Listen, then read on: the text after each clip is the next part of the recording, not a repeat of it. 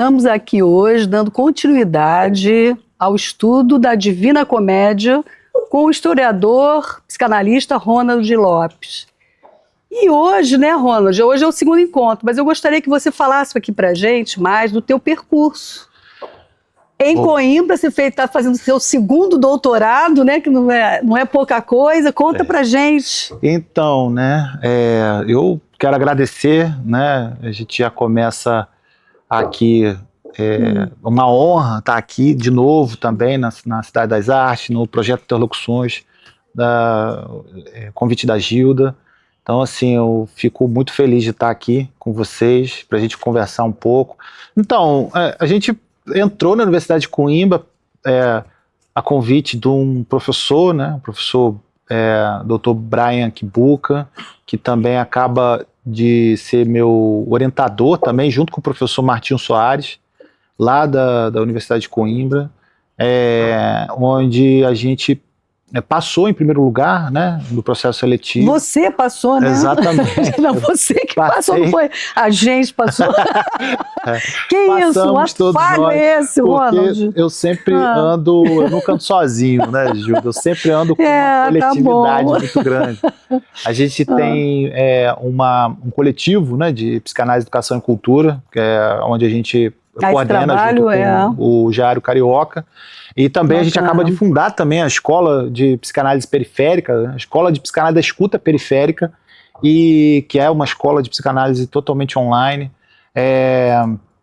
A gente de várias partes do Brasil, psicanalistas, gente curiosa também, que vem para o coletivo, depois faz parte da escola, passando pelos processos de transmissão da psicanálise, né? E aí eu levei eles também junto comigo, por isso que eu estou falando dessa por maneira. Isso você botou o coletivo, eu coloquei o coletivo dentro de um simpósio que a gente fez, né, lá na Universidade de Coimbra, no mês de março e abril, né, que foi um evento bem grandioso, bem prazeroso, que reunia pesquisadores do Brasil, todo, né? do mundo, assim, da África, do sul global, né, da Europa. Tinha pesquisadores dos Estados Unidos, tinha pesquisadores da Universidade de Groningen, tinha pesquisadores da Universidade de Luanda, de Maputo. Então, assim... Porque deixa eu te falar, o teu primeiro doutorado é sobre a morte na África, né? O primeiro doutorado foi uma tese que a gente fez em Angola, no cemitério do Forte de Santa Rita, em Moçambique, no sul de Angola, a partir de 1849, século XIX, né? E ali a gente recolhe os livros de óbito, casamento e batismo da igreja de Santo Adrião, que era uma paróquia, né? Que foi fundada em 1857, né? Tinha o José de Aragão, que era o líder de colonos que veio daqui do Brasil, né? E levou os seus escravizados de Recife, né, por conta da Revolução Pernambucana que estava ocorrendo na época, para Angola. E esses escravizados que os senhores latifundiários pernambucanos levaram, vieram de Recife, esses escravizados a gente vai encontrar eles de volta agora, né, porque eles saem da Golfo da Guiné, né, da Guiné-Bissau, né, os principais portos de tráfico de escravizados, né, Guiné-Bissau, Luanda, Benguela e Moçambique, né. Moçambique é um portuário, né, do sul de Angola, onde fica essa igreja, onde esses escravizados chegaram com esses senhores, né. E esses escravizados acabaram sendo chamados de retornados, né. Por quê? Porque eles saem do continente africano, vai para Recife e depois retorna, não no mesmo lugar, mas a morte, o que tem a ver isso tudo com a morte? A morte, porque quando esses retornados eles chegam em Moçambique, eles vão inventar uma forma de sepultamento com uma escultura que acaba os outros povos que estão naquele local assistindo toda essa história que eu estou acabando de contar aqui, de Umbali. O que é Umbali? Não só essas esculturas, mas também os próprios retornados serão chamados assim, dessa forma. Umbali é aqueles que andam com brancos, mas na verdade eles eram negros, né? E aí, quando a gente vai revolver mais um pouco essa história, os povos locais, dentre eles os Jovakuyama, o Kuvali, né, vão dizer que eles são brancos não é por conta da cor da pele, eles são brancos por conta de falar o português e se vestir roupa, né, falsa. Interessante, né? Mas vamos perder o nosso, né? Senão a gente vai entrar na tese de doutorado dele sobre a morte. Essa é a primeira tese. A segunda tese é da Universidade de Coimbra, né, onde a gente trabalha a morte em Castoríades, que é o Cornelius Castoríades, é um psicanalista francês, né, do século XX. Tem toda uma crítica que ele faz à União Soviética da época, dizendo que não era comunismo, era um capitalismo de Estado, é ele que vai dizer isso, né?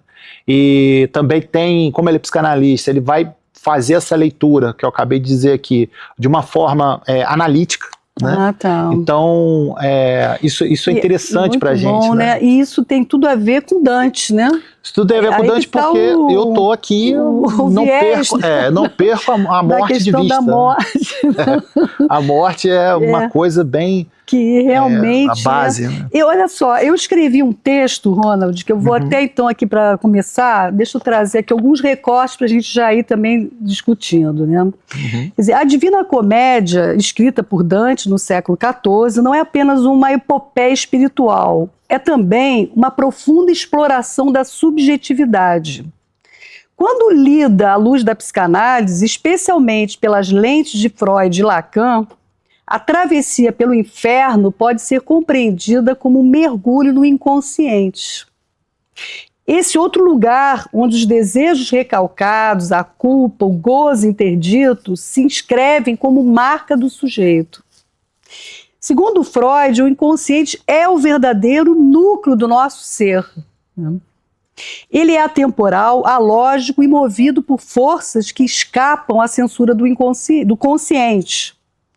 O inferno de Dante espelha essa estrutura. É um espaço onde os mortos não evoluem, mas permanecem fixados em modos de gozo que os definem. Os luxuriosos levados pelos ventos, os avarentos em lutas eternas, os traidores congelados no gelo. Esses castigos não são apenas punições morais, mas encenações de uma repetição, aquilo que Freud chamou de compulsão à repetição, como se o sujeito estivesse condenado a reviver a cena originária do trauma sem saber o porquê. Eu trouxe esse recorte aqui, em cima do que você está falando, né, para trazer para a psicanálise, essa questão da morte, né? Quer dizer, como Dante interpretou, quer dizer, o que Dante fez na obra dele, que ele, de fato, ele coloca, né, Ronald, assim, como se ele fixasse o momento da morte e construísse toda a obra dele em cima disso, né, desse momento final da morte, né, essa fixação aí. O que acontece, Gilda, a gente quando olha para a Divina Comédia, a gente olha... colocando a morte como na centralidade, né? Aquilo que eu sempre falo isso, né? Aquilo que é periférico, aquilo que está na margem, ninguém quer saber da morte, né? Hoje, assim, a gente sempre pensa em ganhar, o tempo todo é só ganhar, acumular, superar, né? Esses significantes todos estão circulando hegemonicamente na cultura, né? E aí, o que acontece? Quando a gente se depara com Dante, a gente vê um movimento completamente inverso, dizendo, olha, a morte é uma questão, a finitude é uma questão, e ela está passando ao largo, vocês não estão se preocupando com isso não, né? Vocês acham que vocês vão viver eternamente, e a única pessoa, do ponto de vista psicanalítico, né, que não pensa na morte é o infantil. Né? O infantil é aquele que... se acha eterno, né? Que ele está ali no que não tem... pensamento mágico, né? Exatamente. O infantil aquilo que estrutura, né? que fundamenta, né? Que está entranhado na psique humana, que você não pode se livrar disso. Da infância você até consegue se distanciar, né? Mas do infantil não. O infantil mora, habita no corpo, né? O infantil ele se apresenta, o infantil ele fala, ele faz gestos, ele performa, ele produz saberes, emoções, né? Então, a neurose é infantil, a sexualidade é infantil. Exato, exatamente. A constituição subjetiva se dá lá na infância, né? Exato. E é exatamente nesse infantil é que e aí a gente está num lugar cristão, porque a gente está falando de Dante, sim, né? Mas que esse esqueleto cristão, né, digamos assim, esse esqueleto cristão ele é recheado de coisas pagãs. Então o Dante ele vai tudo girando em torno da morte. Então o Dante vai pegar a mitologia pagã, grega, a mitologia romana, vai colocar na obra, vai pegar a Bíblia, obviamente, sim, né? Sim, vai jogar na obra, tudo girando em torno desse buraco finito que é a morte, né? Esse buraco, quando eu falo buraco, é no sentido de que é enigmático. O que é a morte?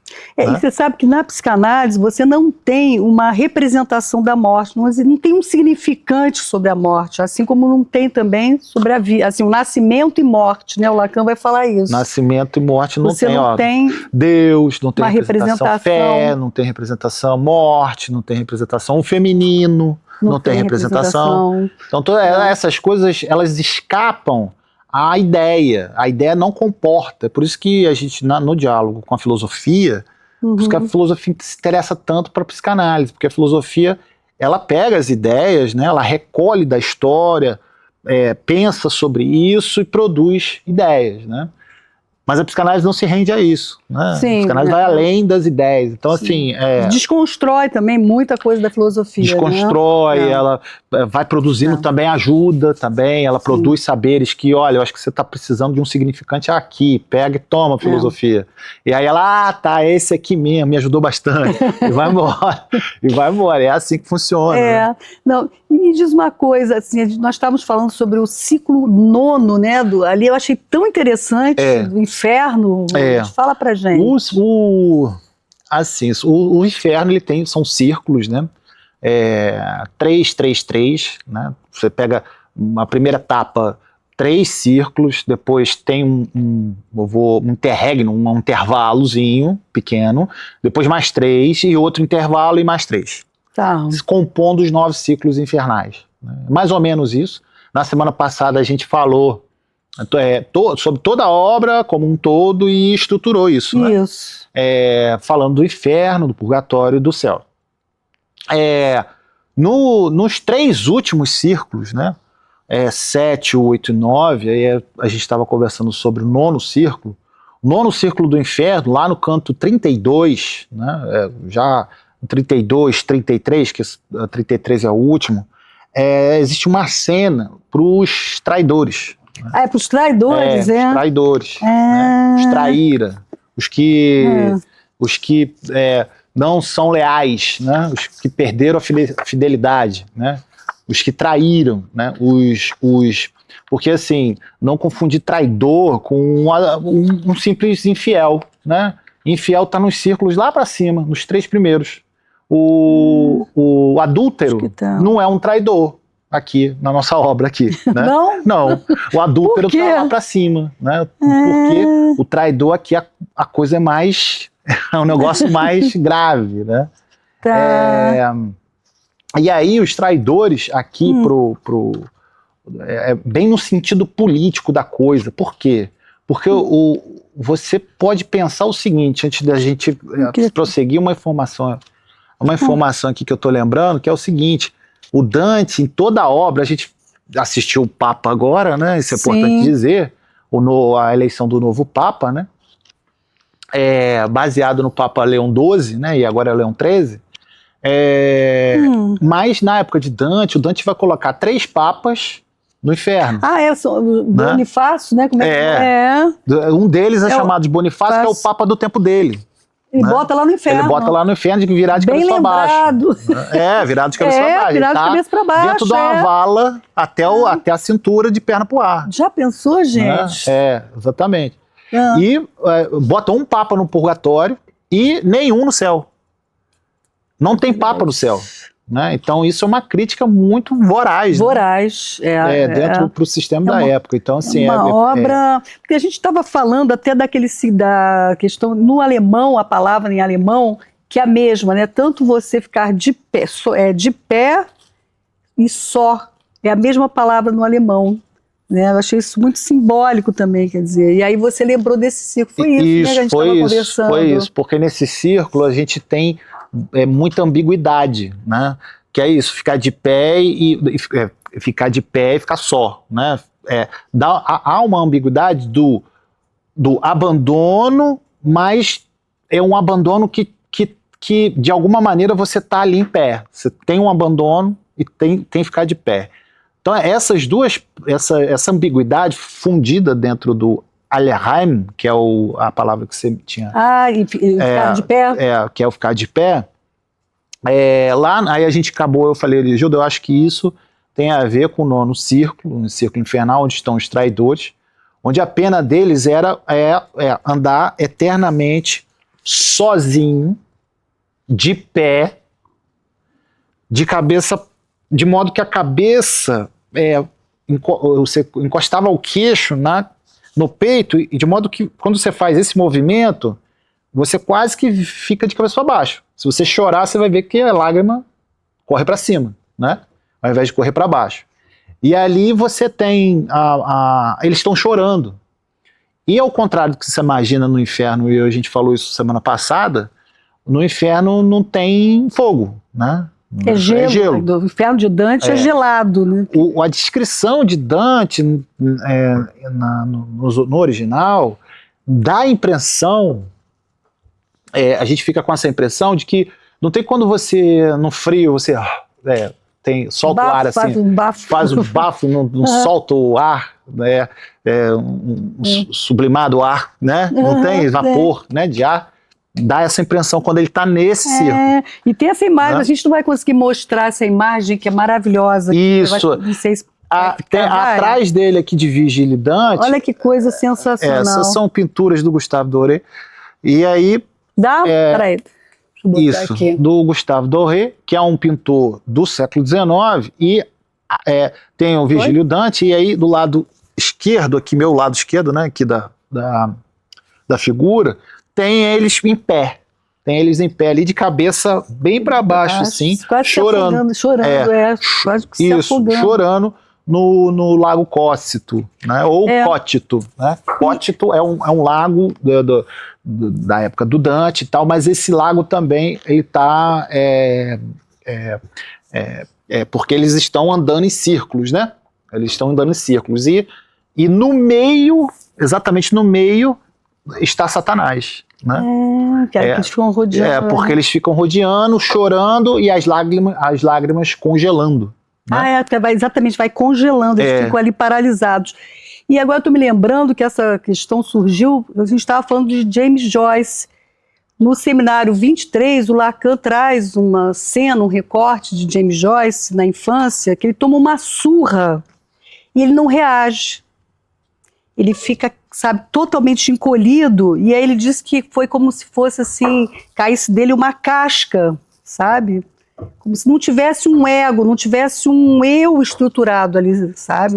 Não tem condições de simbolizar aquele corpo ali quando ele toma uma surra. E isso foi algo muito forte na experiência de James Joyce, que o Lacan vai entender que ele fez um corpo através da escrita dele. Né? Que ele escrevendo, ele conseguiu construir um corpo. E é interessante a gente pensar, né, quer dizer, que ficar de pé foi aí que surgiu, né? Quer dizer, ele não conseguiu ficar de pé, o James Joyce. Né? Ele não fica de pé, ele não fica só.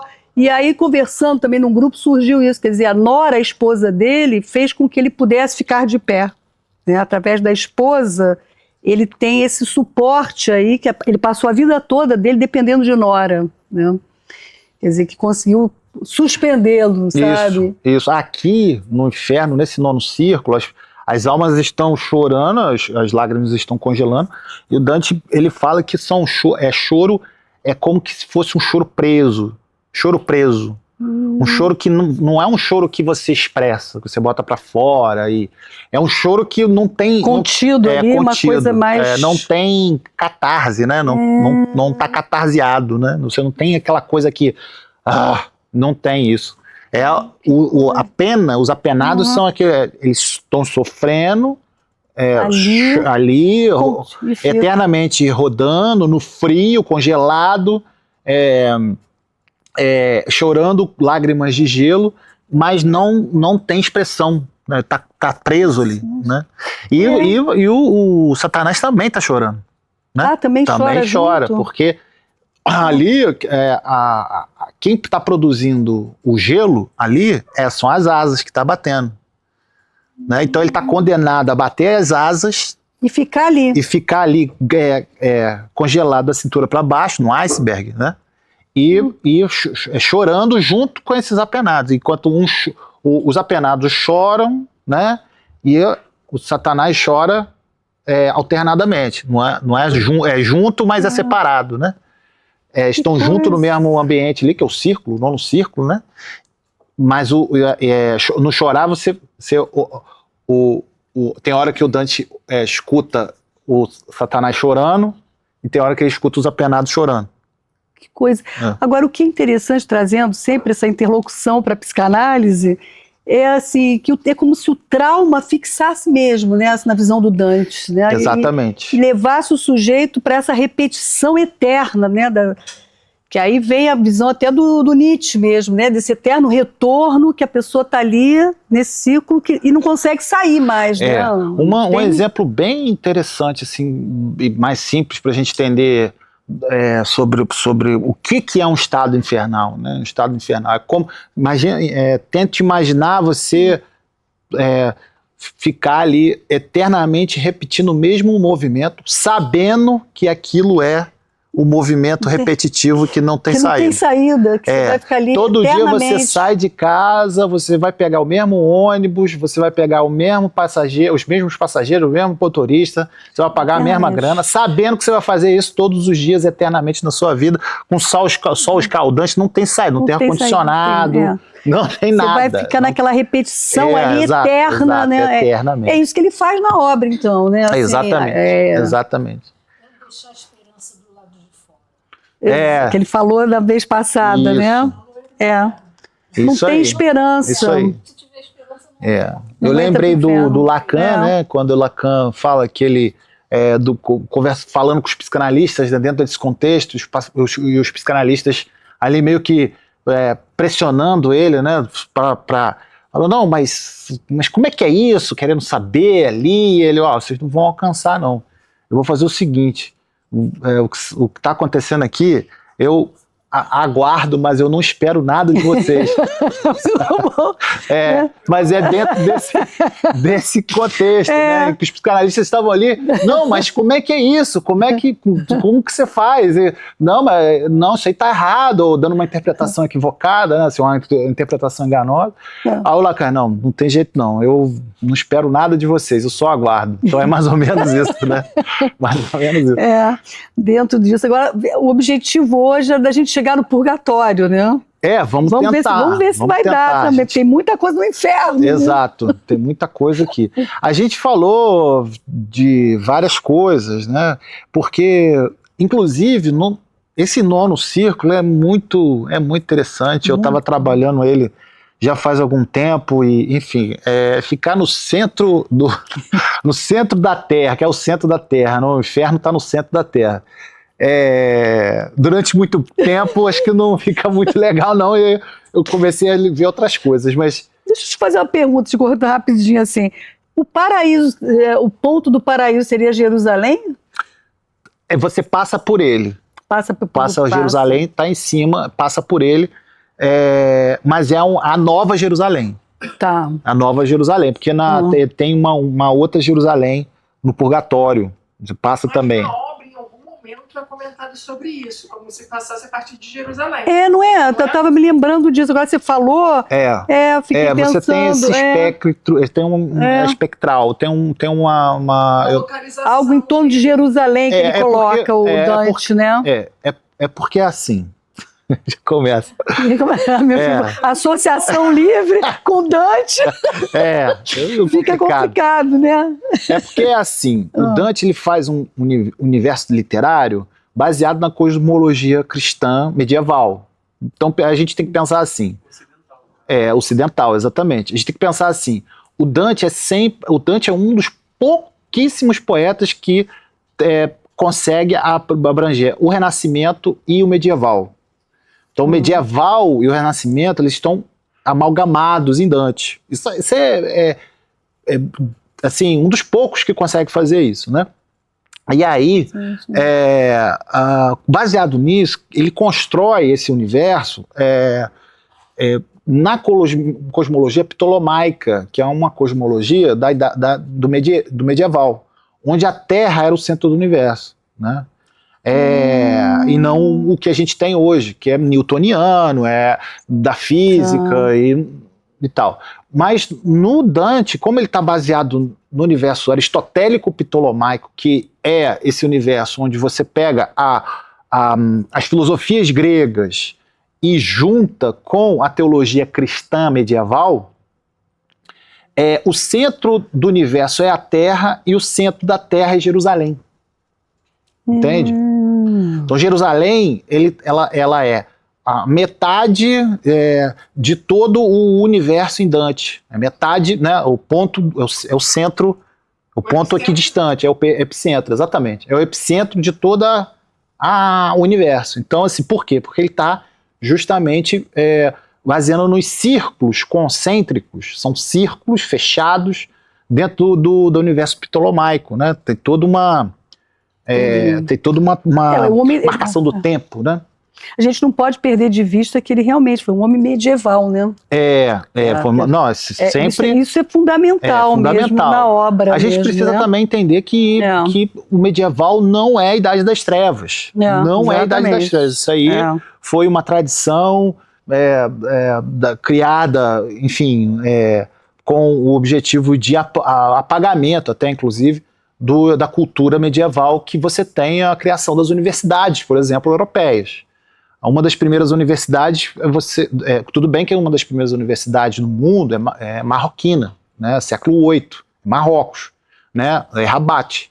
Mas na Europa você tem várias sequências de criação de universidade, uma delas, por exemplo, que tem 700 e poucos anos, 720 anos, do tempo quase perto do tempo do Dante, é a Universidade de Coimbra. Ah, sim, você esteve lá. A Universidade de Coimbra é uma das mais... Que é uma referência hoje também, né? Sempre foi, eu acho que nunca perdeu, inclusive. Não, muito referenciada pela Escola de Arte. A Escola de Artes de Coimbra é uma coisa referenciada, uma referência muito grande, fundada por jesuítas também, né? Então você tem toda uma pedagogia jesuítica incutida ali na Escola de Arte de Coimbra. Isso eu estou no século XIII, século XIV, né? Ela pega esse caldo cultural, ela vai estudar Dante também. Então, assim, as universidades, elas são um legado do medieval. Uma outra coisa que a gente tem que entender também é que as igrejas góticas, né, o gótico que retrata a teologia cristã, que você tem na arquitetura gótica, você também tem o Dante está inspirado na arquitetura gótica, né? Ele traz essa arquitetura e embute no universo literário dele.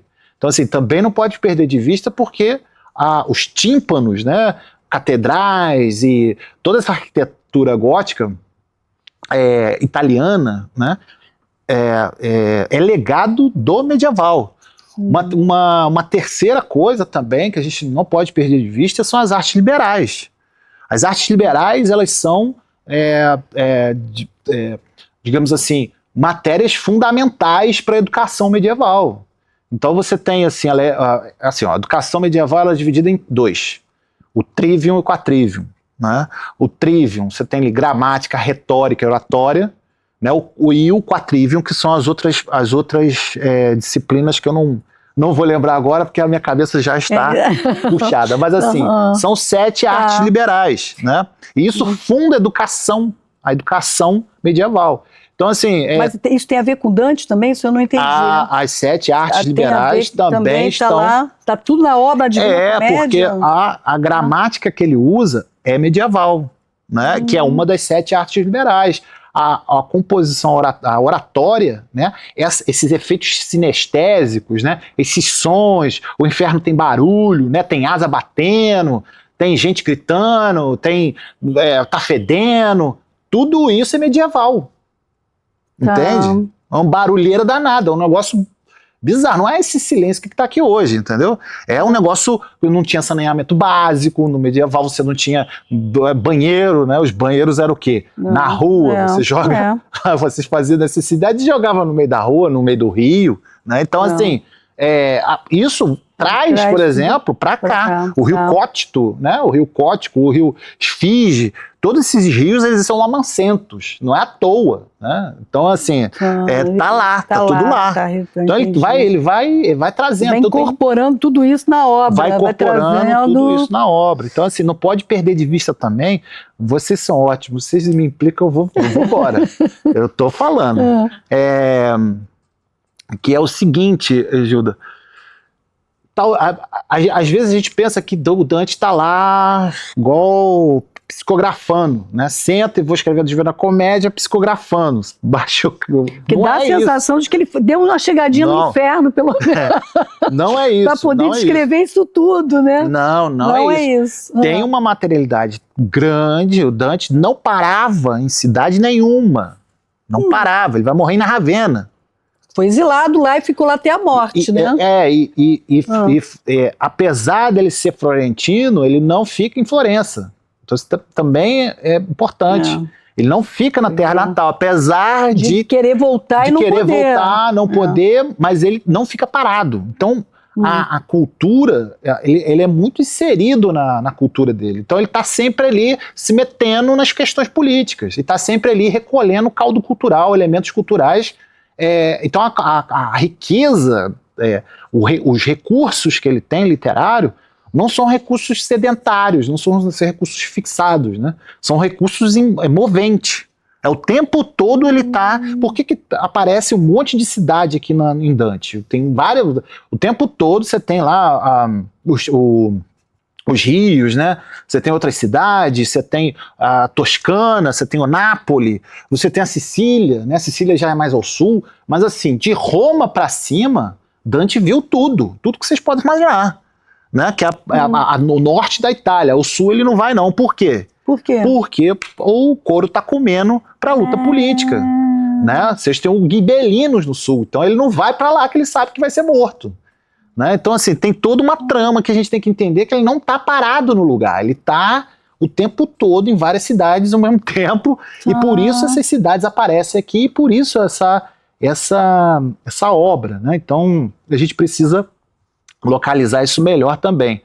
A gente falou, aí voltando lá para o centro da Terra, que eu estava... Centro da Terra é o inferno, né, gente? É o centro, que é assim, o centro do inferno é onde está Satanás, que é o último círculo, né? Onde está Lúcifer, né? Para ser mais preciso. E Lúcifer está lá batendo as asas e Dante e Virgílio estão lá, as almas penadas estão chorando o gelo, a gente falou isso aqui, né? Gelo que pinga de cabeça para baixo. Dante e Virgílio, então, eles caminham, eles descem para escalar. Então isso a gente também discutiu, não sei se você lembra, onde eles descem, né, para escalar. O que é isso? Né? É o ponto onde não há gravidade, né? Não existe gravidade, é o ponto de inversão da gravidade. Porque eles vão fazer um looping, né? Um looping e para poder sair. Quando eles fazem esse looping para poder sair, quando eles descem deslizando no corpo de Satanás. Eles não fazem isso em contato com a pedra rochosa. Porque assim, ó, peraí. Coisa complexa, né, gente? Não é uma coisa simples, até da gente entender, né? Como é que a gente vai pro purgatório? Exatamente, eu tô querendo aí. Vamos ter que aprender esse caminho aí, Ronald. Porque assim, o que acontece? Quando o Lúcifer está no iceberg de gelo preso da cintura para baixo. Só que ele está batendo a asa e está cravado na rocha. Né? Ele está cravado, ele está preso, ele só batendo a asa e cravado na rocha. O que tanto vigília tem que fazer? Eles têm que subir no corpo de Satanás, né? No corpo de Lúcifer, descer agarrados pelos pelos. O Dante fala isso. Agarrados nos pelos. Tem toda uma trama psicanalítica aí que depois a gente pode até conversar, mas eles sobem no corpo e descem nos pelos. Que coisa, né? Simbólica, né? Exatamente. E isso eles fazem de forma, numa gravidade, numa trajetória sem gravidade. Né? Então eles viram de cabeça para baixo, agarrando nos pelos, mas sem ter peso. Né? Não tem peso, não faz esforço. Né? Não esforço para ficar pendurado, não. Eles fazem essa volta, pegando nos pelos, né? Subindo no corpo e pegando nos pelos. Né? Mas peraí, deixa eu só te perguntar uma coisa. Porque o Dante, ele não é, a Beatriz não vem, não é agora que ela vem ajudar ele, não. Não. Mas o Virgílio já foi embora, o Virgílio não segue. O Virgílio vai deixar ele depois do inferno, no primeiro círculo do purgatório. Ah, tá, ele vai até o purgatório. Só no campo do paraíso? Não, ela pega, ela é no primeiro, né, na primeira entrada, ali que quando ele está entrando no inferno, onde tem aquele portal, ela aparece ali, ela aparece 3 vezes. Logo no iniciozinho do inferno, mas no primeiro círculo, o segundo círculo, se não me falha a memória, mas ela só chega perto e vai embora. Com aquela frase, né, que só vira aqui por amor, que ela vai lá. Exatamente, vem porque é por amor, para te ajudar. Eu vim aqui. Exatamente. Entendeu? No primeiro ciclo. Exatamente. Né? E aí e depois ela aparece no purgatório, porque o purgatório é o seguinte, o purgatório é uma montanha, e é uma montanha onde tem praia. E a praia, ela corre, ele vai subir agora, ele vai sempre subir. Ele desceu tudo, né? Virou de cabeça para baixo, saiu na praia, Virgílio deixa ele, se despede, tem uma despedida, um ritual fúnebre ali, depois eu posso... Tá. Tem um ritual fúnebre ali. E depois ele vai começar a subir a ladeira, né? Em círculo espiralada. Isso Dante.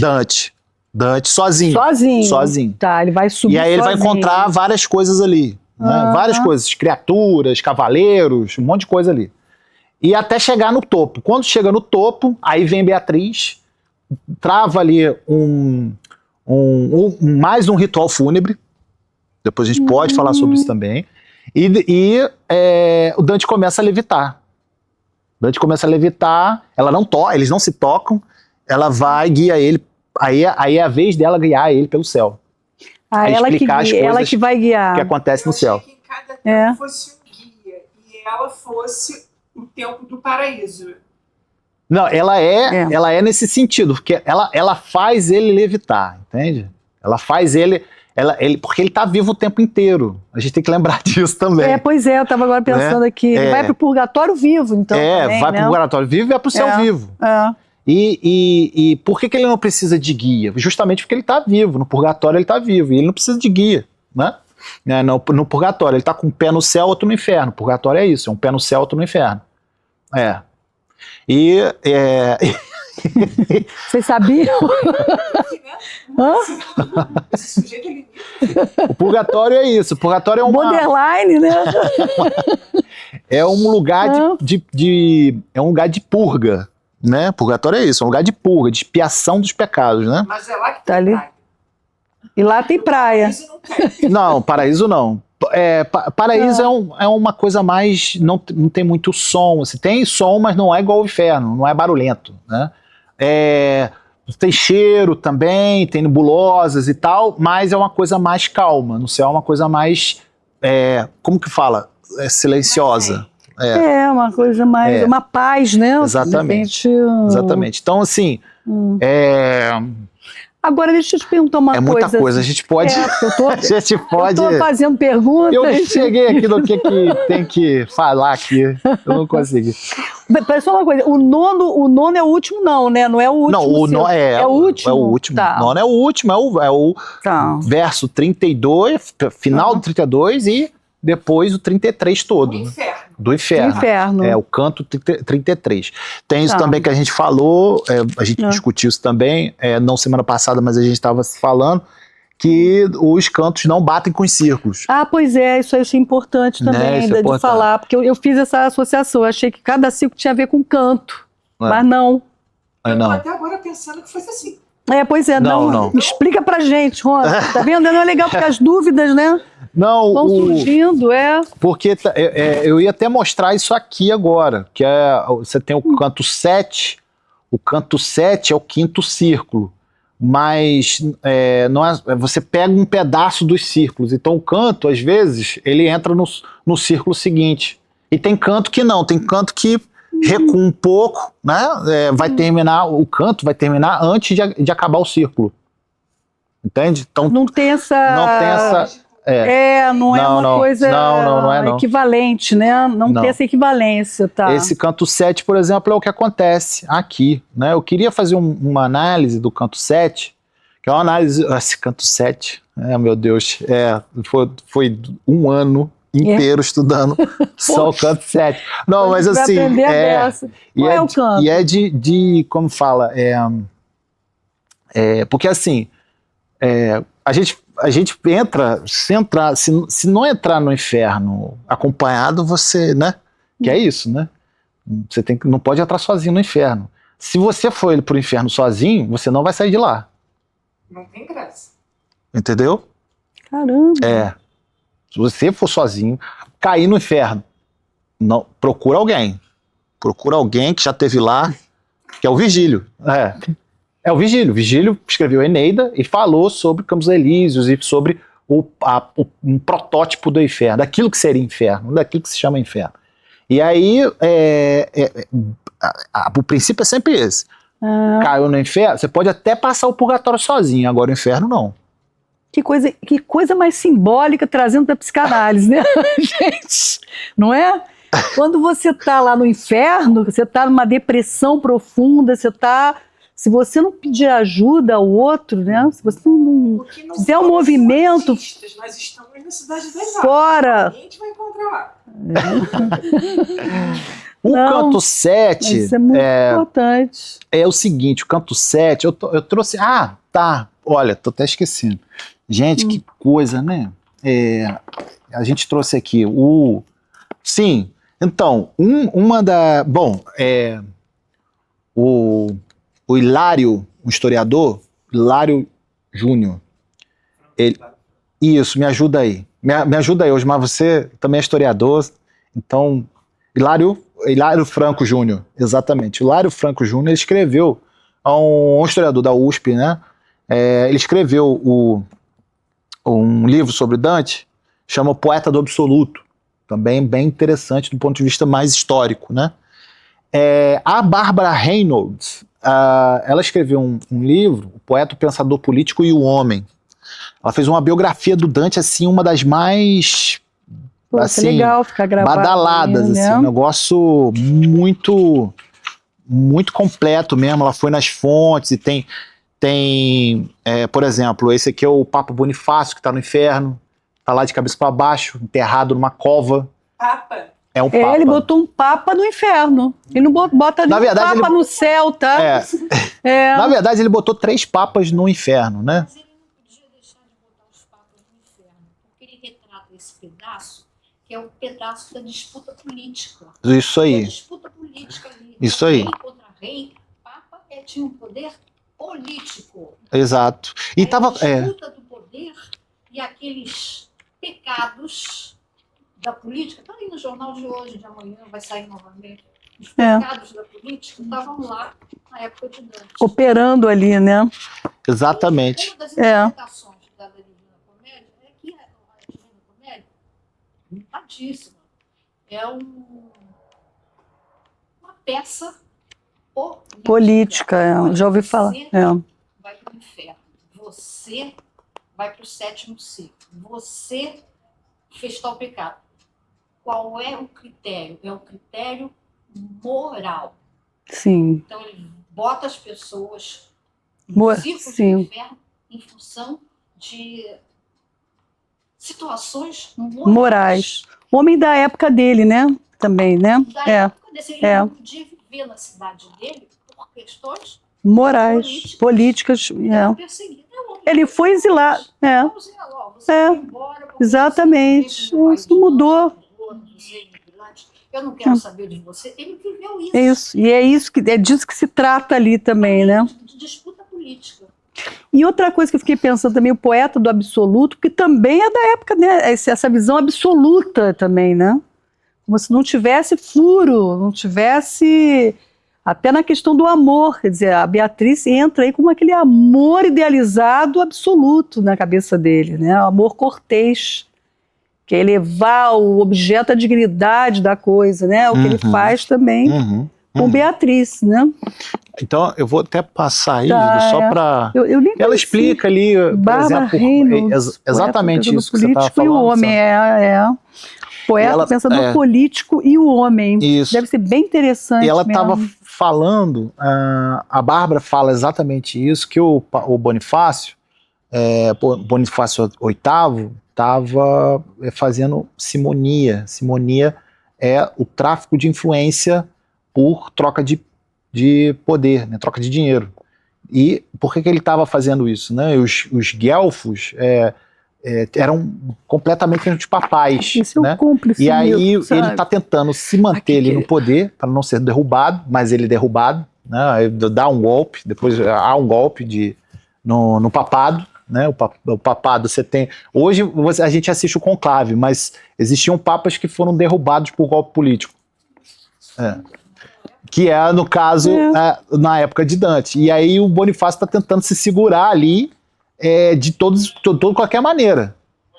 E aí ela fala exatamente isso nesse levantamento, né, de fontes que ela faz. Então, uma narrativa excepcional, a Bárbara. O canto 7, ela fala do canto 7 também. O canto 7, o que acontece aqui, né? Voltando aqui pro inferno. Vamos ver se a gente consegue passar isso aqui. Chegar no purgatório. Eu acho que... É o nosso objetivo hoje, viu, Será gente? que a gente consegue, Gil? Também se a gente não conseguir, não tem problema. Fica para próxima. Porque... A gente vai adiando. Até chegar no paraíso. Vocês me ajudam aí, porque... A proposta não seria essa? A nossa... Eu achei que o último encontro fosse o paraíso. Mas de repente a gente vai adiando, entendeu? A gente vai adiando, não tem problema nenhum. Eu estou muito interessada nesse estudo. Pois é. Boa. Então, no início do canto 7, o Dante, ele, junto com o Virgílio, ele chega ao quarto ciclo do inferno, né? O quarto círculo esse quarto círculo acaba se deparando com um demônio chamado Pluto, né? E Pluto é uma figura romana que habita o submundo, o inferno romano, digamos assim, entre aspas, né? Que ele é o guardião infernal da avareza. Olha! Lá no mito romano, né? E aí ele grita ele grita um enigma. Quando Dante chega junto com o Virgílio, e o Dante tipo dá uma paradinha assim, começa a olhar, contemplar, né? Meio que tipo amarrar o cadastro, né? Vamos botar assim, dá uma pausa, começa a contemplar e ele escuta essa voz do Pluto, né? Falando um enigma, né? A gente conta isso na Bíblia também. Na Bíblia, no livro de Daniel, também tem isso, né? A mão que escreve na parede. Ah, sim. Daniel da Cova dos Leões, né? Daniel tá na corte, recusa os legumes, né? Então, come legumes e recua. Durante quantos dias? Foram 40 dias? Ele recusa o banquete do rei, do profeta Daniel. Ele recusa o banquete do rei e se alimenta. Ele está na corte, né? Ele está na corte e cativeiro, né? No cativeiro babilônico, né? Assírio, na verdade. E aí ele recusa o banquete que o rei deu para a elite que está cativa lá na Babilônia. E aí Daniel fala: não, eu não vou comer esse banquete, não quero. E vai comer legume. né? Vai comer cenoura, né? E aí É uma dieta que ele faz. é uma né? dieta Um que jejum, ele tem uma renúncia ali. uma né? renúncia. E aí, renúncia funcional, viu? E aí o que acontece? Ali aquela passagem é sensacional. Eis que aparece, aí as pessoas se banqueteando, Daniel já retira da cena, as pessoas ficam bêbadas e lá pelas tantas, à meia-noite, aparece uma mão, do nada. Do nada aparece só uma mão, igual a mão do Família Adams, né? Escrevendo na parede, Tekel, Tekel, Parzim. Mene, Mene, Tekel, Parzim. Que é uma frase enigmática, uma frase persa. E aí ninguém consegue traduzir, chama o Daniel para poder interpretar aquele enigma. Né? Antes do sonho, isso. Isso né? antes do Ah, sonho. tá. Né? O sonho de Nabucodonosor, capítulo 3, mas esse enigma é mais à frente, mas você Tá. pode localizar ele antes do sonho, sim, porque o livro de Daniel ele não está na ordem cronológica. Né? E aí quer dizer o quê? Voltando para cá. Voltando Agora eu para quero cá. saber essa mão aí que escreveu, o que ela escreveu? Tô interessada. O Mene, Mene, Tekel, Parzim é uma dizer o quê? interpretação que se dá, uma interpretação judaica, em que o reino vai cair, o reino babilônico vai cair, não vai se sustentar. Né? Os seus dias estão contados, o seu reino vai cair, acabou pra você. Pô, vai cair nada, pô, eu tô bebendo aqui, enchendo a cara, comendo parro, não vai cair nada. No dia seguinte, o texto diz isso, né? À noite, né? À noite vem os persas e mata todo mundo. Mata geral, mata o rei, mata todo mundo. Por que eu tô falando isso aqui? Eu não sei, mas assim... eu lembrei do enigma. Eu lembrei do enigma, do enigma que o Pluto, né, fala para Dante, que Dante está lá no inferno contemplando, bolado com o negócio, né? Caraca, o que é isso aqui? Né? Esse quarto círculo infernal. E o Pluto fala, olha, Pepe Satã, Pepe Papa Satã Alepei.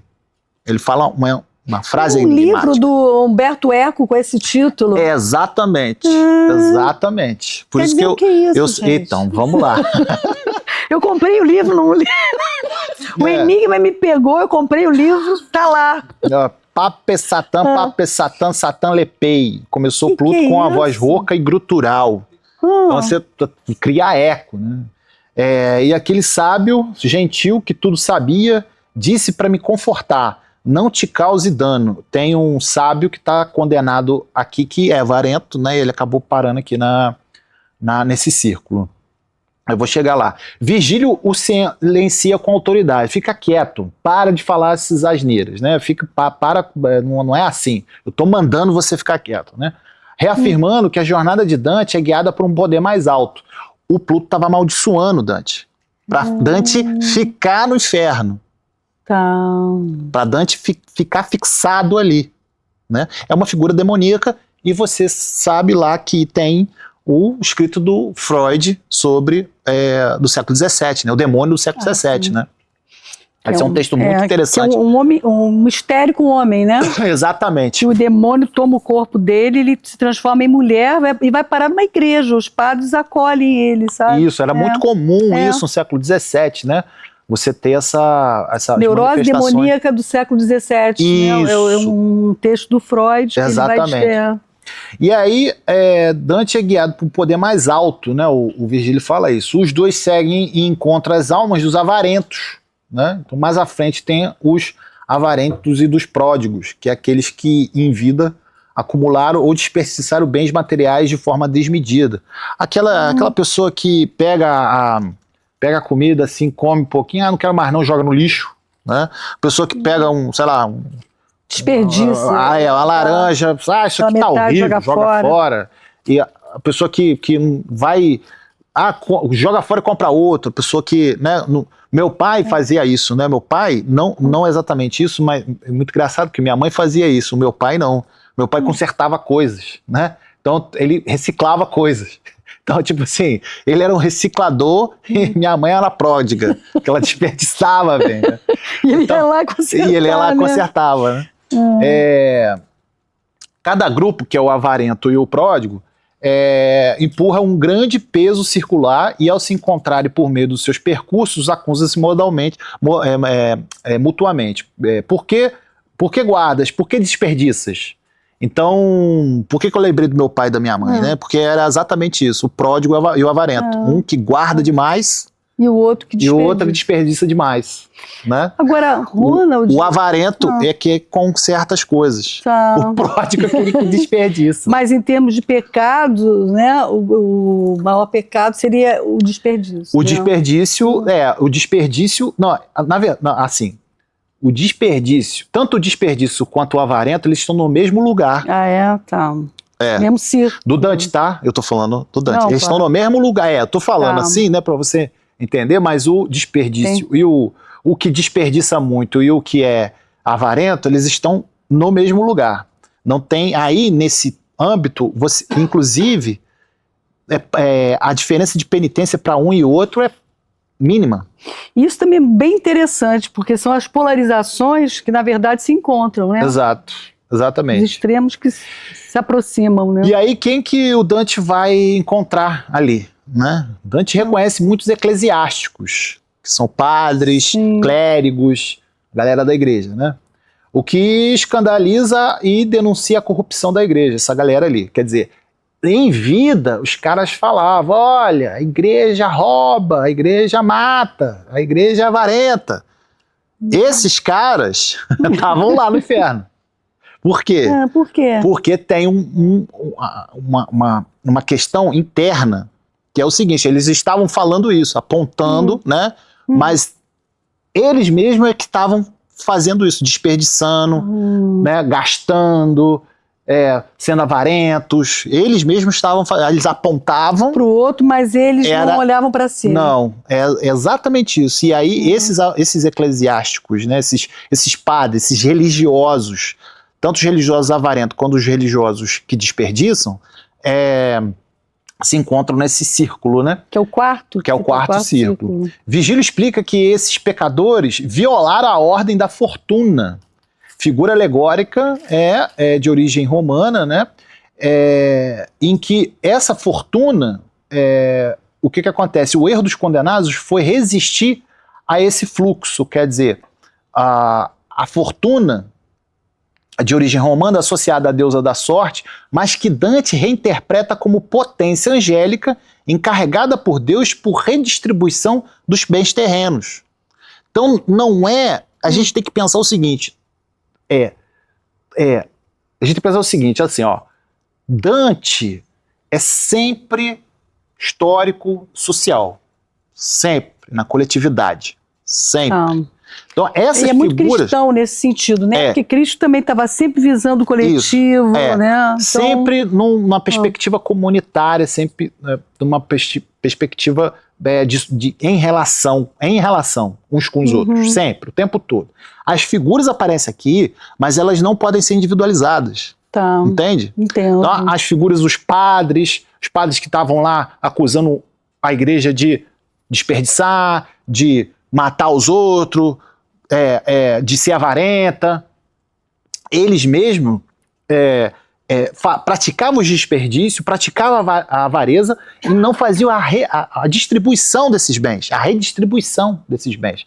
Então, quer dizer, tanto do ponto de vista de desperdício quanto do ponto de vista da avareza. Também né? segurar. Exato, quer dizer, ele segurar... O que está acontecendo do ponto de vista político que a Sandra falou? Eu seguro, né, para o cara depender de mim. E fazer E cheio de ideologia por trás, né? Exatamente. Todo agora eu dou, eu desperdiço. Não, toma aí, pô. Toma aí, eu tenho um montão aqui, ó. Toma aí, quer dizer, porque tem uma implicação política ali que ele tá precisando do cara.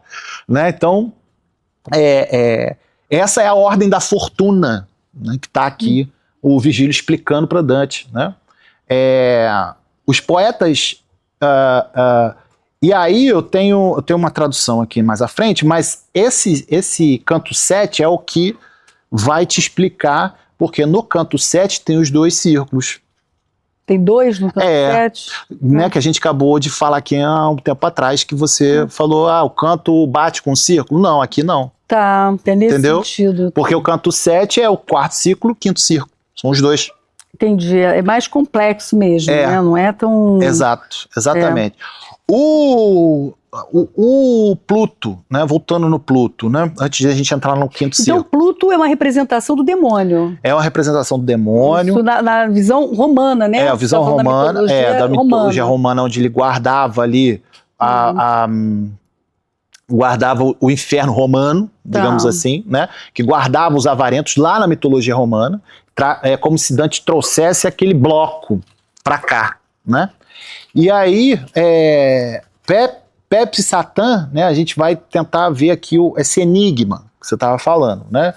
O Virgílio explicou sobre esse enigma, mas a forma enigmática, sem tradução clara, pape poderia imitar uma invocação aramaica ou ser uma distorção de papai, como apelo ao poder. Isso é muito importante, Gilda. Inclusive do ponto de vista psicanalítico. Satã do hebraico é adversário. Aqui tá italianizado, né? Tá com uma forma italiana. A repetição cria uma musicalidade que ressoa como feitiçaria. Então, na hora que Pluto tá falando pape, Satã, isso tem um ritmo sonoro de feitiçaria, de maldição, né? Então, não é a palavra, é o som. O som é que amaldiçoa, sabe? Isso tem a ver com a voz, né? A voz é que amaldiçoa, né? Provavelmente, aí, Pepe, Satã, Alep, provavelmente referência à primeira língua do alfabeto Aleph, né? Início do alfabeto hebraico, né? Aqui usa uma fala demoníaca, torna-se símbolo de um saber pervertido, o logos invertido. Quer dizer, você pega a primeira letra do alfabeto hebraico, que é considerada sagrada para o mundo bíblico, digamos assim, e coloca na boca de um demônio. É como se você estivesse colocando a cruz de cabeça para baixo. Ou então o Cristo... É verdade. O Cristo... depreciando a imagem de Cristo, né? O logos invertido, né? Que é o logos, é a razão, é o verbo encarnado, né? Lá em João, né? João, primeiro capítulo de João, o verbo se fez carne, né? Se o verbo se fez carne é o logos, né? O Cristo, o logos se fez carne.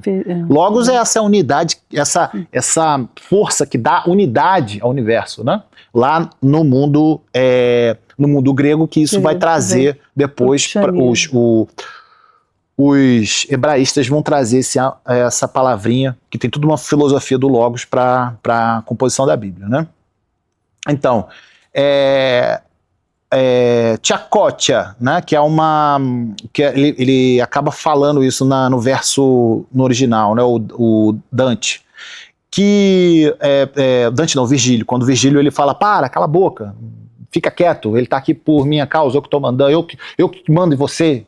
O Virgílio fala, Tchakotia, né, ele fala exatamente assim, que é você como se você estivesse tocando galinha, entendeu? Mais ou menos isso, né? Que é uma onomatopeia, pronto, é isso. Aí, essa análise, pode falar.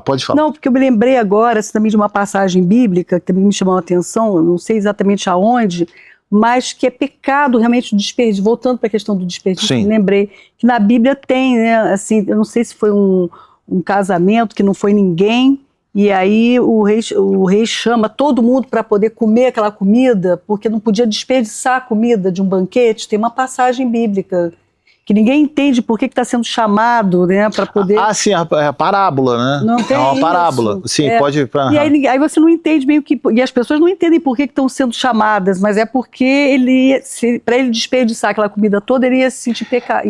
A parábola de Jesus, os convidados da ceia do Senhor, né, Osmar, que o Jesus ele oferece aos discípulos, os discípulos não... ele conta uma parábola, né, Jesus conta a parábola aos discípulos dizendo que tinha um Senhor que preparou um banquete para os convidados. Foi Jesus que contou essa parábola. Isso aí. Conta exatamente. Essa parábola. E aí essa parábola foi que o senhor da casa chama os amigos, chama os convidados, chama todo mundo, prepara aquele banquete, mas ninguém vem. Ninguém vem. E aí ele olha, poxa, mas não vem ninguém? Então vou fazer o seguinte, eu vou pegar toda essa comida eu vou dar para quem a gente não conhece, para os empregados. E chamou todo mundo para poder comer para poder isso daí. Que a gente diz, por que a gente está comendo isso entendendo aqui? Como é que tá chamando? Aí ele fala, porque os convidados que o Senhor chamou não compareceram. Então, os que são privilegiados, os desprivilegiados serão os primeiros a comerem. Não dá para entender isso literal, né? Você Mas tem que, você vê que Dante pega essa questão, né? Pega e também, coloca lá também, né? Que no caso que você está falando, você lembrou bem da parábola, esse canto. A parábola é uma. Sempre alegórica, né? Parábola. Quem são esses convidados que não vieram? Eu vim aqui para os meus, para falar para os meus, ninguém me ouve. Isso. Vou falar para Ralé. Isso aí. É isso aí. E a Ralé atendeu. Pronto. Os desprivilegiados, os participaram do banquete. Isso. Exatamente. Isso é espantoso. Assim, é um negócio. Se a gente for trabalhar isso daí, isso é um negócio espantoso. Isso é muito interessante. E outra coisa que eu também fiquei pensando, na mitologia grega, quer dizer, porque o Dante também coloca lá no final do Inferno, dizendo que um dos piores pecados é você não respeitar a lei da hospitalidade. Sabe? Isso também me chamou a atenção, porque na história do Édipo, a grande questão é essa. Vocês sabem que todo pecado, tudo começa com o pai do Édipo, Laio, que recebe, quer dizer, ele é recebido na casa de um rei, Penélope, alguma coisa assim, e ele então, ele se envolve com o filho dele, com Crísipo. Mas a questão não era o homossexualismo, né? Porque na Grécia isso tudo era muito normal. O problema era ele ter transgredido a lei da hospitalidade. Então, lembra na que Grécia, eu acho que a gente falou aqui, você falou uma coisa muito interessante, Gildo, porque, veja bem, a gente chegou a falar aqui do nono círculo, e que os adúlteros, por exemplo, não estão no nono círculo. Quem está no nono círculo são os traidores. E quem são os traidores? São exatamente esses. Que desrespeitam a lei da hospitalidade. São esses. Isso para os gregos era uma coisa assim, abominável. Exatamente. Ele bota isso na divina, ele bota lá como último. Lá junto. Ele é um daqueles que estão chorando no gelo. Né? Não tinha entendido isso. Isso. Tá ali também nesse ciclo. Exatamente. Então, tá. Legal. Esse canto. Também, você falou logo no início ali você estava falando de Corinto, de Menelau. Ali também a lei da hospitalidade foi quebrada, porque a Helena vai embora com o Paris e aí começa a guerra de Troia. Sim. Quebraram a lei da hospitalidade. Exatamente. Ele entra lá e sequestra ela, né? Pelo menos a história que eu conheci ela foi tá servindo lá fora da Grécia, né? Ela tá servindo fora da Grécia. E sendo tratada com todas as regalias, mas ela está escrava. Ela está escravizada. Isso também quebra a hospitalidade, a hospitalidade estrangeira. Porque, na verdade, o que acontece ali são os gregos criticando a hospitalidade do bárbaro. Só que, na verdade, assim, criticando a hospitalidade dos bárbaros, na verdade, os gregos estão querendo submeter os bárbaros, eles não estão sendo submetidos. Né? É isso que está acontecendo sujeitando, ali. Né? Se sujeitando. Por isso, os próprios gregos criam o eidolon. O eidolon é um holograma, né? que é o holograma da Helena, de Menelau, né? Em que acaba surgindo o boato de que ela não morreu, não foi embora, ela está aqui, só que ela está no Egito. E aí começa toda a saga do Menelau ir lá no Egito para procurar a Helena, né? E se depara com a própria, né? A peça de Eurípides, Helena é exatamente assim, né? Então.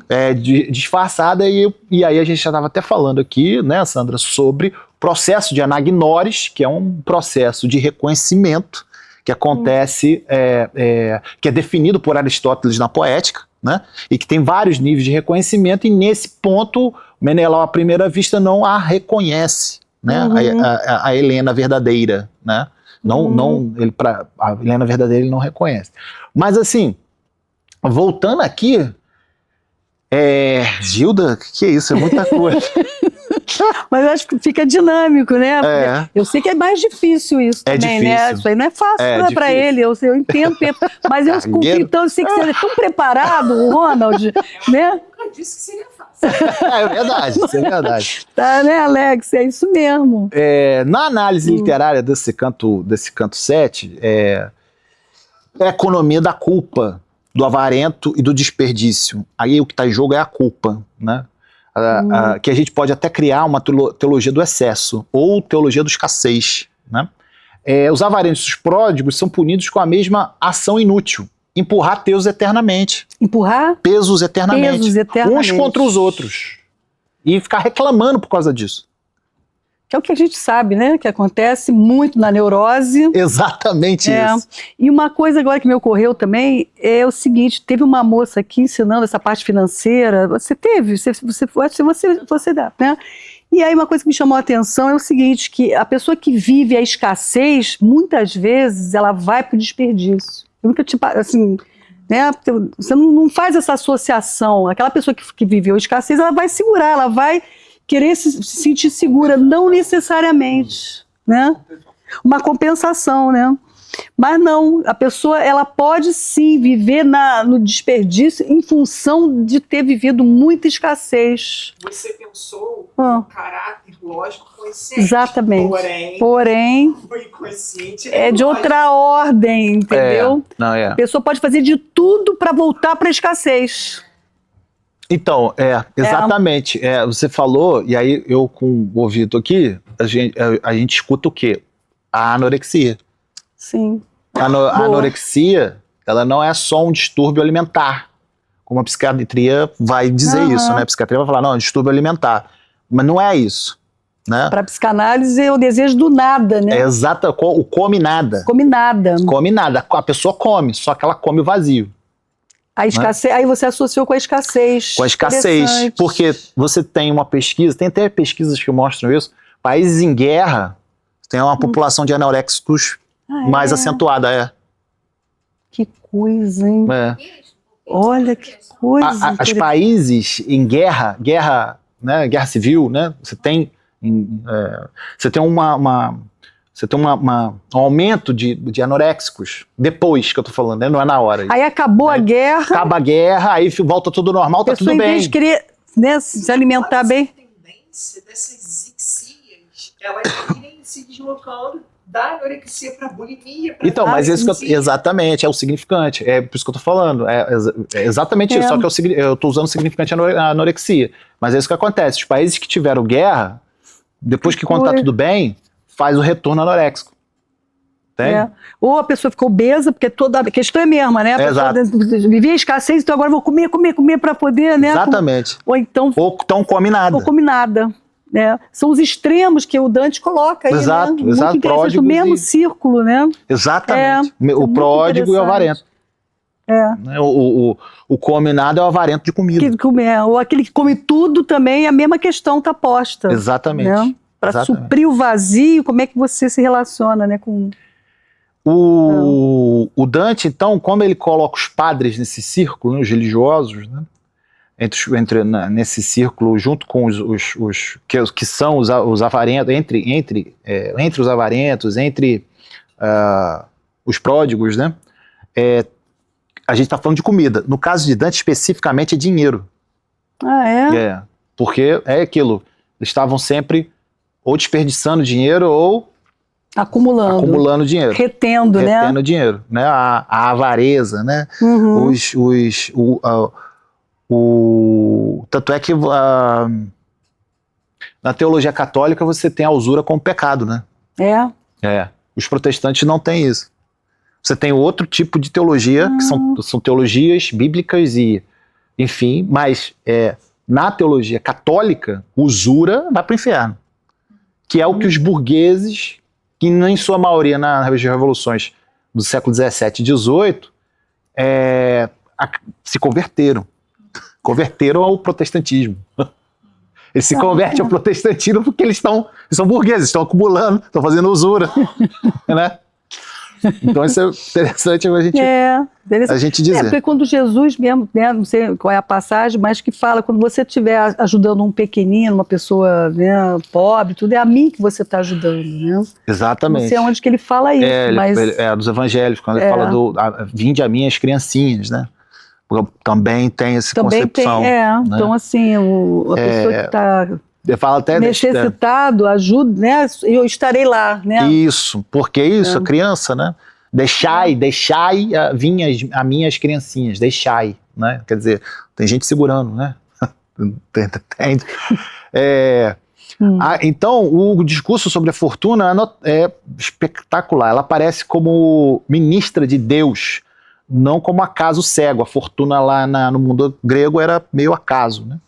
E essa visão desfaz a questão do binarismo, né? Há uma ordem, mas ela não se submete à compreensão humana. Tá. Vê o que você acha disso. Pluto, a figura demoníaca, quando fala as palavras enigmáticas, é puro real. Som sem sentido. Presença que angustia. É o retorno da linguagem antes do significante. Interessante. O que Lacan chama de la langue. Ou ainda o gozo da voz. Jouissance vocale. Ele fala isso até. Tem o gozo da voz. Tem uma cena do Lacan, ele bate em cima da mesa assim, ó. Ele bate em cima da mesa assim, ó. Jouissance vocale. Ele fala assim, né? Não é isso? Ele fala isso. A sonoridade, então, antes mesmo que você falou do significante. A voz veio antes. A língua materna. Isso. A língua da mãe, isso aí. A voz, porque tem o gozo da voz, né? Lá que vai trazer esse gozo da voz, da fala. Por isso que ela é tão poderosa, porque ela é antes do significante. Ela é poderosa. Ela vem antes do sintoma. Né? Mapeia o corpo, né? Isso aí, ela é antes do sintoma. Você pode passar uma análise, uma travessia do teu fantasma e não chegar lá. Isso aí. Tá? Que é tão anterior. É isso. Você é falado antes de você nascer, de ser concebido. Você já é falado. Então, assim. Se você é falado antes de ser concebido na barriga da sua. Como é que você vai acessar isso lá do outro? Mas acredito fortemente que possa ter total relação com o seu olhar e com o seu manejo, com aquela realidade periférica. Isso. Exatamente. Ali é exatamente isso. Porque o sujeito lá não é falado. E aí, o sujeito não é... Ele não entra no discurso? Não entra no discurso. Ele não entra ele é anterior ao significante, anterior à voz. A voz do outro, né, que eu tô falando. Que ele não é falado. Você não reconhece. Quem é que fala do cara que tá na sarjeta? Quem que conta a história dele? Conta aí. Conta a história da negra que tá lá pegando 12 horas de ninguém tá trabalho. Interessado nessa história. O cara que tá cheirando cocaína até o nariz ficar sem nariz. Quem é que tá interessado nessa história aí? Quem é que tá dando ouvido, falando sobre ele? É anterior até. Então é o puro real, aqui na clínica periférica, é o puro real sem voz. E ninguém para escutar, quer dizer, o trabalho de vocês, né, Rony? Nosso trabalho é escutar o sem voz. É o afônico. Escutar a afonia, escutar... a gente fala de osso ser ressequido, que tem a referência em Ezequiel 37, para não cometer capacitismo quando a gente fala que escuta o mudo. A gente escuta o mudo. Mas, para evitar capacitismo, o que a gente faz? O que é capacitismo? Capacitismo é quando o sistema diz que você é mudo, só que você tem linguagem própria. Tá. Quando o sistema diz que você é surdo, mas você escuta de outro lugar. Quando o sistema diz que você é autista, mas você tem um código próprio. Fala nisso, só assim, um parêntese. A cara dele aí fica olhando. Um parêntese. Pesquisando para outros lugares, que também envolve aquilo que eu coloquei no grupo sobre a realidade da clínica da Elisão. Lembra? Sim. É um inferno nessa, entendeu? Olha, a gente... Então, mas eu não sei como é que tá aqui. Mas não tem problema, sabe que eu falei pro Ron, não vamos apressar. Bom, eu tenho muito interesse nesse estudo, sabe? Então eu falei, olha, a gente pode seguir o segundo semestre, não tem problema, não tem a gente pressa, vai entendeu? devagar aqui, não tem problema. gente vai Isso é devagar. importante, porque Porque essa interlocução é que é maravilhosa, eu amo, gente. Exatamente. Pra Mostrar mim, aqui a análise do conto, na narrativa, mostrar a análise literária, importante, a interlocução com a psicanálise lacaniana, freudiana, a psicanálise da periferia. Isso tudo aqui é interlocução. Isso é muito bacana, Isso isso aí excepcional, é muito interessante, excepcional, sabe? excepcional. Trazer essa experiência clínica da periferia, sabe? Exato. Pra cá também, pra Cidade das Artes, Exatamente. sabe, Ronald? Porque assim, na periferia Isso me você interessa muito. não tem sujeito. Não tem nem um Não. assujeitado, é resto. A Carolina de Jesus Abjeto, né? é um abjeto. Não é nem objeto, é abjeto. Só que isso que eu ia falar, eu acabei de escrever um texto para a Universidade Federal do Paraná, para o NEP, do Núcleo de Estudos em Psicanálise e Psicologia, que vai falar de racismo e cultura e racismo, né? Um dossiê que vai falar de cultura e racismo. E aí a gente escreveu, eu, o Jário Carioca e a Sol, a Solineide, que é uma das membros lá da Escola da Escuta Periférica. E aí a gente escreveu um texto baseado na Carolina de Jesus. A Carolina de Jesus, que é a autora do Quarto Despejo. A Carolina de Jesus... no doutorado. Então, no texto que a gente escreve, é excepcional, no texto que a gente escreve, a Carolina de Jesus, ela vive do lixo, né? Ela mora no lixo, né? No lixão. E o que ela transformar o lixo em obra de arte, em escrita. Exatamente. E aí a gente vem trabalhando assim, Paulo Freire e Carolina. Aí, tipo assim, Paulo Freire é criticado pela escrita da Carolina, porque o Paulo Freire fala, com a consciência de libertar as pessoas do seu movimento, do seu lugar no mundo. Mas tem um lugar, né? Peraí, Carolina não tem lugar. Exatamente. Ela estava ali... Crítica à concepção freiriana. Aí a gente vai trazendo, então o abjeto da Júlia Kristeva, né? Que se coloca entre eu e o outro, tem algo que se coloca entre eu e o outro, e isso ela vai chamar de abjeto, porque está para além do objeto, né? Para além do objeto depreciativo. Então ela vai nomear isso como abjeto. No caso da Carolina, não tem outro. Como é que produz objeto? Judith Butler, a mesma coisa, só que na concepção de gênero, né? A concepção de gênero, ela tem o conceito de abjeto, né? Onde o gênero, ele entra a Judith fala assim, não, ela tem uma política inclusiva de gênero, só que você acaba absorvendo a norma. Você tem a norma ainda que o cara seja num corpo LGBTQIA+, tem a norma que está incidindo, então isso faz uma confusão, né? Entre a posição hétero, tudo bem que tem aquela discussão entre a Beauvoir e o Lacan sobre a heterossexualidade, mas eu não quero entrar aí, eu quero entrar na Judith Butler falando exatamente isso. Olha, existem corpos LGBTQIA+, que não entram na norma, mas quando eles entram já todo performado, tem que fazer uma performance ali. Sim, porque tem, né, a marca do a Carolina tá racializada, ela não entra de jeito nenhum, nem performando. Mas aí então, ela, através da escrita, é outra também, que como Dante, né? Então o que ela faz? Qual é o nome do artigo? Escrevendo, ela... Exatamente, qual que é o nome do artigo? O nome do artigo é Carolina, a epistemóloga periférica dos restos. O que é periférica? Periférica com PH.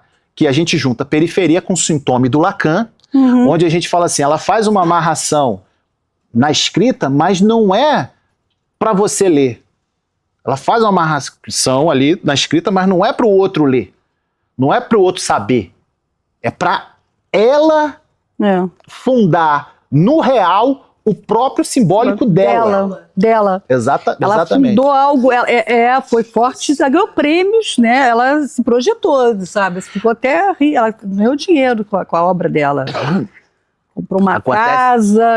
Comprou a casa da família dela, mais do que digno, mas assim, o que acontece aí é que ela usa o lixo como palavra. Sim. Então, assim, é lixo palavra. Então, no caso dela, da Carolina, ela é como se ela estivesse fazendo uma amarração no próprio real. No próprio corpo também, no próprio real, exatamente. No próprio real do corpo. Exatamente. Não é. Então, a Carolina não é. Ela não precisa de análise. É verdade. Ela descarta a psicanálise. Assim como por quê? Joyce, né? Exatamente. Não estão no corpo também. Sim, mas eles não estão no mesmo lugar. Por quê? Porque Joyce ainda tem simbólico para trabalhar. A Carolina não. A Carolina funda um outro no real.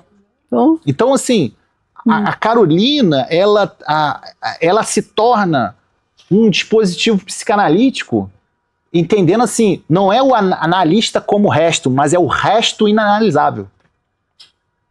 Carolina é o resto, Carolina é a inassimilável. Mas quando ela escreve, ela consegue simbolizar, quer dizer, ela consegue... Mas então... para ela, sim, sem dúvida, concordo. Exato. Isso é o mais importante. É um simbólico periférico. Sem dúvida. É isso. É um simbólico periférico. Sensacional, acho que não é um simbólico hegemônico, é um simbólico periférico. Periférico, não, com certeza. Né? Excepcional. Mas por que você associou aí, Ronald? Por quê? Porque a fala de Pluto na psicanálise periférica e na periferia é a fala semelhante, né, do colonizado. Você fala assim, que é isso?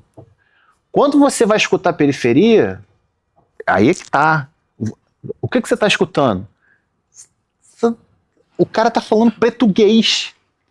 O cara tá falando a fala dele é carregada de gíria. Não tá entendendo nada. Você pode me explicar, por favor? Você tá convidando o cara a ser mais colonizado ainda. É você, na periferia... É você que vai ter que se esforçar para poder ouvir. Exatamente. Claro. Você que vai ter que pegar os códigos que ele tá dizendo. Então, assim, há uma inversão completa, porque... é semelhante à fala do colonizado. Nos textos do Frantz Fanon, por exemplo, que é um psicanalista, né, que trabalha... Todo mundo está trabalhando muito, né, em cima. Um ruído que a gramática do Senhor não escuta.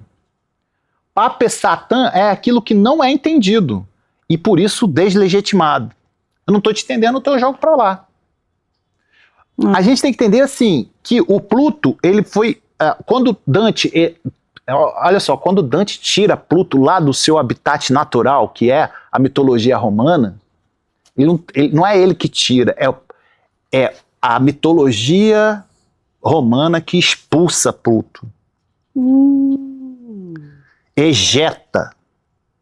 Isso quem constrói é o próprio Dante. O Dante constrói isso, e a maneira como ele faz isso me leva a crer dessa forma. Né? Tua interpretação, então. Eu tô entrando com a minha interpretação por conta da maneira dele descrever que ele descreve Pluto, né? Os avarentos e prodígios ensinam uma economia do sofrimento que lembra o corpo periférico inserido no ciclo da produção e consumo, mas sem agência. Ou seja, quem é que... você compra suas roupas, né, Gilda? Você compra as suas roupas, você come as suas comidas, mas existe toda uma cadeia significante que faz você comprar determinadas roupas e determinadas comidas. A moda, né? Isso tudo aí, claro. Exatamente. O que você falou? Tempos do consumo. Templos, né? Templos. Templos do consumo. Templos do consumo. Você tira Deus e coloca o consumo. Igrejas do consumo, a gente poderia falar. Isso. Shopping. Shopping é um templo do consumo. Né? Você tira a figura de Deus e coloca a mercadoria. Eu acho que esse Papa agora veio com uma fala dessa, não tem uma fala dessa? Que ele falou assim, que vai tirar o Deus que o dinheiro, né? Deus está ocupando lugar, né, do dinheiro, e vai colocar agora realmente o lugar que Deus tem que estar. Exatamente. Ele entrou com uma fala dessa, que eu achei muito legal. A riqueza acaba sendo... Poder e dinheiro ocupando o lugar de Deus. Exatamente. A riqueza é peso e não valor, né? Nos tígios coléricos, aqui já é um pouco mais à frente, né, do círculo, quinto círculo, né? No exemplo clínico, a gente vê a escuta periférica, né? Um jovem negro, auxiliar de serviços gerais, chega à clínica com um quadro de insônia e impulsividade, né? Trabalho o dia todo, mas parece que só giro. Só o quê? Giro, só rodo. Trabalho o dia todo, mas parece que eu só rodo, não paro nunca.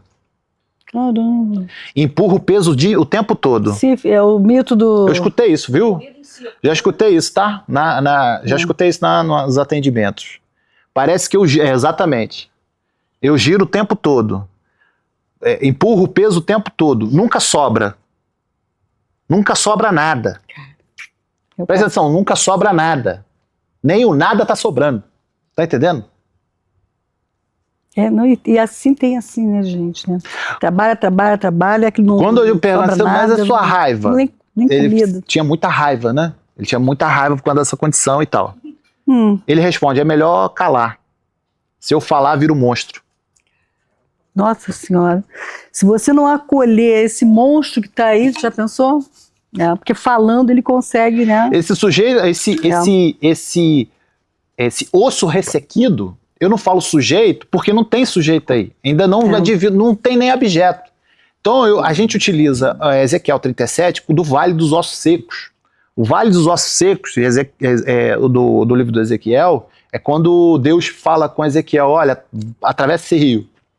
Aí Ezequiel, ele atravessa o rio, e quando ele acaba de atravessar o rio, tem toda uma trama aí, logo depois, Deus fala assim, tá vendo ele entra num descampado e fica só com caveira, né? Os ossos bem esfarelados, bem cinza, os crânios também cinzentos e esfarelados e cheio de poeira, um descampado. Deus pergunta para Ezequiel assim, tá vendo esses ossos aí? Revive eles. Ele, não, pô, que é isso? Não vou reviver. Pra lutar, não é? Vive pra ir pro campo de batalha. Como é que eu vou reviver isso daí? Não. Olha só. Abre a boca e fala. Abre a boca e fala para esses ossos, para eles ressuscitarem. Ele dá uma segunda, a terceira e vai. Ossos secos, levantem. Ele só fala isso. Ossos secos, levantem. Só fala isso. E meio que no texto, em hebraico, né? É tipo como que eles falam, meio sem saco, assim. Levanta essa parada aí. O impacto da língua hebraica é meio assim, sabe? Aí... Não acreditando. Exato. Ele fala sem acreditar, Ele fala sem acreditar. Quem tá apostando nesses ossos ressequidos é Deus. Coisa, né? A aposta a aposta é de Deus, não é de Ezequiel, não. E olha que o Ezequiel é analista, tá? Não, eu gostei de uma expressão de um pastor que ele disse o seguinte, porque é assim, uns têm unção, outros não, né? Então, uns são, outros não. Exato, exatamente. Esse ele era, né? É boa. E aí Ezequiel fala isso, e aí na princípio, num instante seguinte não acontece nada, e os ossos começam a se movimentar, dá um mini terremoto ali, começa a bater os ossos uns contra os outros, tentando se encontrarem. O texto fala isso. Até que os ossos começam a se juntarem, formar aquele esqueleto, depois vinha o tendão. O texto é belíssimo, belíssimo. Vem os tendões, os músculos, a roupa e formam um exército de guerreiros, que é um exército do Senhor. Do Senhor para lutar, Para lutar a guerra lá da Assíria, né? Ezequiel é um profeta do exílio também. E aí, como a gente traz esse significante dessa passagem, ossos secos, ossos ressequidos, para justamente colocar no lugar do sujeito. Lá no teu trabalho, na periferia. Exatamente, lá na periferia. Entre esse ossos resseguidos da circulação compulsória, né, desse jovem negro, né, entre o excesso e a falta, vive entre a acusação de gastador e a cobrança improdutiva. Nunca é o sujeito que ganha menos, é sempre ele gasta muito. Já viu isso? Entendeu isso? Mas aí vocês usam, então, essa passagem bíblica para poder até trazer A gente pega ali para como compor. uma metáfora para eles, né? Assim, Exatamente. Sua raiva é castigada, seu silêncio é patologizado. Aí ele tá quieto, ele não fala nada, ele não quer falar do monstro dele porque ele tá doente. Mas não é. É uma circulação compulsória que está acontecendo ali. Né? E só dele estar ali falando e se escutando também, né, Ronald, também, sabe, faz uma diferença. Alguém que está ouvindo, né, alguém que está valorizando a fala dele, isso faz muita diferença. Lugar. Colocar a palavra. Exatamente. Só que é Pluto, cara. É Pluto. Você vai escutar Pepe, Satã, Alepe. Você vai escutar isso. Mas assim, das vezes, claro que não todas, mas esses lugares mais aquilombados, mais periféricos, eles têm não vou dizer tradição, mas eles têm uma total relação de barganha com o divino. Então, muitas das vezes, é o que salva essa pessoa que não tem nada. Então, isso aí, você está escutando... Isso foi na época de estágio, que eu tomei muito na cara, ainda em SPA, isso aí. com essa realidade, que era muito distante daquele garoto imaturo, jovem burguês, e que eu me deparava, me defrontava a todo momento. Então, não é que a psicanálise ela não vai caber nesse lugar ou em algum outro lugar. É o manejo realmente do analista, que não pode tirar esse sintoma mestre porque... Desaba tudo, né? Você não sabe onde é que a pessoa não interpreta por causa de... Não há interpretação. Na escuta periférica, nesse sentido, não tem interpretação. A crença você não interpreta. O gesto não é interpretar a pulsão como sintoma, mas sustentar o enigma do Pluto. Sustentar o enigma do Pluto. Isso aí. Desse monstro, né? Isso aí. Desse monstruoso. Desse monstruoso. Porque não é o rapaz, né? Não é o jovem, é o monstruoso. Que ele entende que ele tá segurando dentro dele, né? O que é esse peso que você empurra todos os dias? Exatamente. Do quarto círculo. Né? Escutar não é o que ele vai responder, mas o que o corpo dele fala. O corpo dele, né? O que ele entende de monstruosidade, né, Ron? Porque também tem isso, exatamente. Né? O que o corpo dele repete. O que o corpo dele repete todos os dias indo pro trabalho, carregando, descarregando. Né? Exatamente como os condenados do quarto círculo. É verdade. Né? Se a gente parar para pensar que grande parte da população brasileira está nesse círculo... Exatamente. Ressoa tanta coisa. Não é? É lamentável mesmo. O indivíduo chega até você. Não, ele não chega. Não chega. De novo, assim, a gente convoca Ezequiel de novo. Os ossos não chegaram até Ezequiel, foi Ezequiel que foi até os ossos. Como é que você vai até essa pessoa? É você que vai. É na rua, né, Juan? Eles vão na rua, sabe? É você que vai, não é ele que vem. Ele não pode vir. Ele não pode vir. Entre você e ele tem N camadas de exclusão que você só pode perfurar, por exemplo, numa clínica gratuita, por exemplo. E não é uma gratuidade por meio da culpa, né? Que a burguesia faz, né? A burguesia faz o quê? Eu tô ganhando dinheiro, encho os bolsos de dinheiro, né? E aí eu vou lá e vou abrir na minha clínica, eu vou botar 2 gratuitos, tá tudo certo. Não. Já fico bem com a minha consciência, né? Tá tudo bem. Tô atendendo ali, faço aqui. Analiticamente é isso aí. O analista é mais crente do que o evangélico que tá lá todos os dias na igreja. O que a gente faz? A gente trabalha essa coisa, né? Dizendo o seguinte, o analista que vai até os ossos ressequidos. E para furar isso, é só na gratuidade. Esse é o lugar privilegiado, existem outros lugares, né? Obviamente. A gente questiona essa questão do valor social. Social para quem se 23 milhões de brasileiros estão vivendo abaixo da linha de pobreza. Olha o lugar que você está.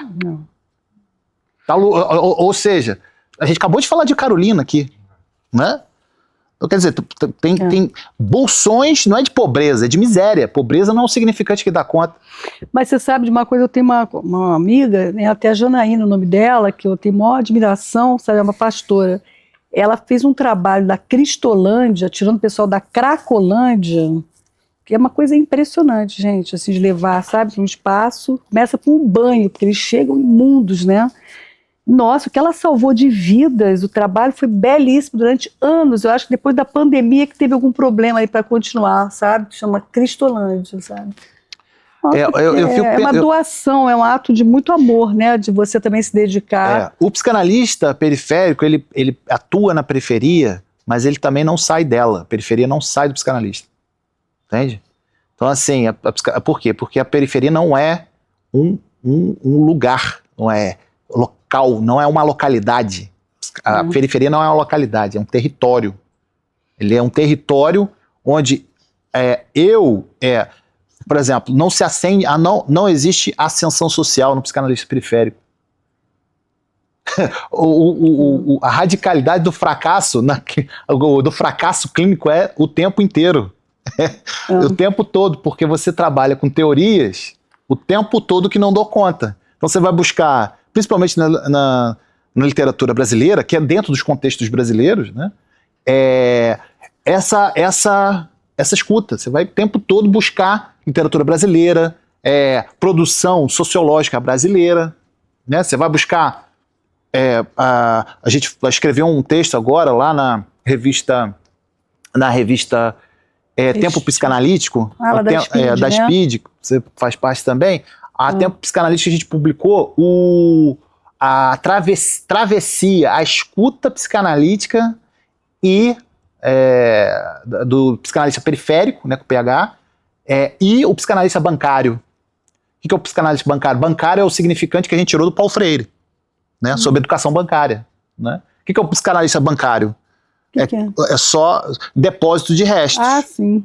Depósito de restos. Só que qual é o depósito de restos? O depósito de restos não é só de dinheiro, obviamente, mas o psicanalista, enquanto depósito de restos, ele não faz a compostagem.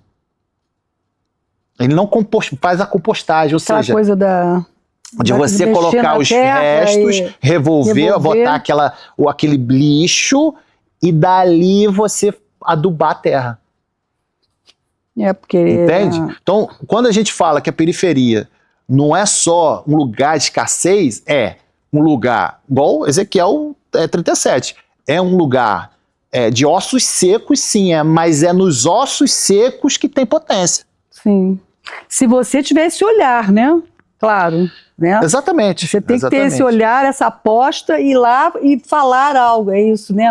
Oferecer também a escuta e a fala. O psicanalista periférico, ele o psicanalista periférico, ele oferece o seu corpo, né, para que